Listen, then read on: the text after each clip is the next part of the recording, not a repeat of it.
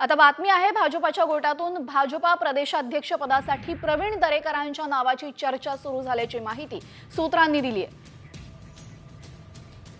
आपल्यासोबत आमचे प्रतिनिधी पराग जोडले गेलेले आहेत। पराग, प्रदेशाध्यक्ष पदाची जबाबदारी दरेकरांकडे जाणार अशी चर्चा आहे, काय अधिकची माहिती आहे?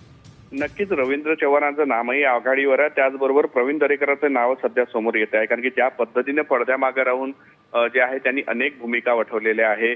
जेव्हा मराठा आंदोलन झालं होतं त्यावेळी सुद्धा प्रवीण दरेकर यांची जी मध्यस्थीची भूमिका होती ती अत्यंत महत्त्वाची होती। विरोधी पक्षनेते म्हणून जेव्हा विधान परिषदेमध्ये काम केलं असतं त्यांची एक वेगळी ओळख आहे।